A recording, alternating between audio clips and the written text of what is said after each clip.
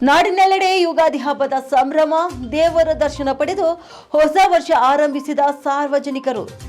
ಯುಗಾದಿ ಹಬ್ಬದ ನಿಮಿತ್ತ ಬೀದರ್ನ ಪಾಪನಾಶ ದೇವಸ್ಥಾನಕ್ಕೆ ಹರಿದು ಬಂದ ಭಕ್ತ ಸಾಗರ. ಶಿವನ ದರ್ಶನ ಪಡೆದು ಹೊಸ ವರ್ಷವನ್ನ ಸ್ವಾಗತಿಸಿದ ಬೀದರ್ ಜನತೆ. ಯುಗಾದಿ ಹಿನ್ನೆಲೆ ಪಾಪನಾಶ ದೇವಸ್ಥಾನದಲ್ಲಿ ವಿಶೇಷ ಪೂಜೆ ಪುನಸ್ಕಾರ ನಡೆಸಲಾಗುತ್ತದೆ. ಬೆಳಗ್ಗೆಯಿಂದಲೇ ದೇವಸ್ಥಾನಕ್ಕೆ ಹರಿದು ಬರ್ತಿರುವ ಭಕ್ತಾದಿಗಳು ಕುಟುಂಬ ಸಮೇತರಾಗಿ ದೇವಸ್ಥಾನಕ್ಕೆ ಭೇಟಿ ನೀಡುತ್ತಿದ್ದಾರೆ. ಭಕ್ತಾದಿಗಳು ಭಾರತೀಯ ಹಿಂದೂ ಸಂಸ್ಕೃತಿಯ ಪ್ರಕಾರ ನೂತನ ವರ್ಷದ ಆರಂಭ.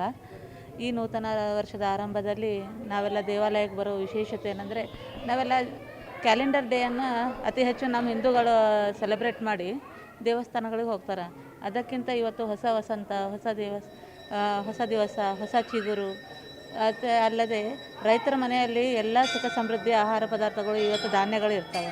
ಹಾಗಾಗಿ ಪ್ರಕೃತಿಯಲ್ಲಿ ಆಗ್ತಕ್ಕಂಥ ಬದಲಾವಣೆಯೊಂದಿಗೆ ಇವತ್ತು ನಾವು ಹೊಸ ವರ್ಷವನ್ನು ಆಚರಿಸೋಣ. ಅದೇ ರೀತಿ ನಾವು ಮುಂದುವರ್ಕೊಂಡು ನಮ್ಮ ಹಿಂದೂ ಸಂಸ್ಕೃತಿಯನ್ನು ಬೆಳೆಸೋಣ ಅಂತ ಎಲ್ಲರಲ್ಲೂ ವಿನಂತಿಸುತ್ತೇನೆ. ವಿಶ್ ಯು ಹ್ಯಾಪಿ ಯುಗಾದಿ, ಹೊಸ ವರ್ಷ ಶುಭಾಶಯಗಳು.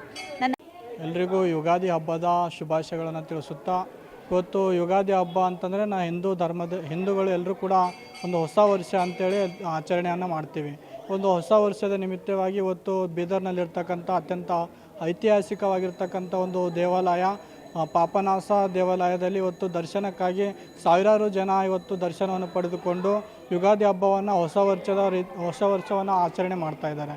ಇವತ್ತು ಯುಗಾದಿ ಹಬ್ಬದ ದಿನದಂದು ಹೊಸ ವರ್ಷವನ್ನು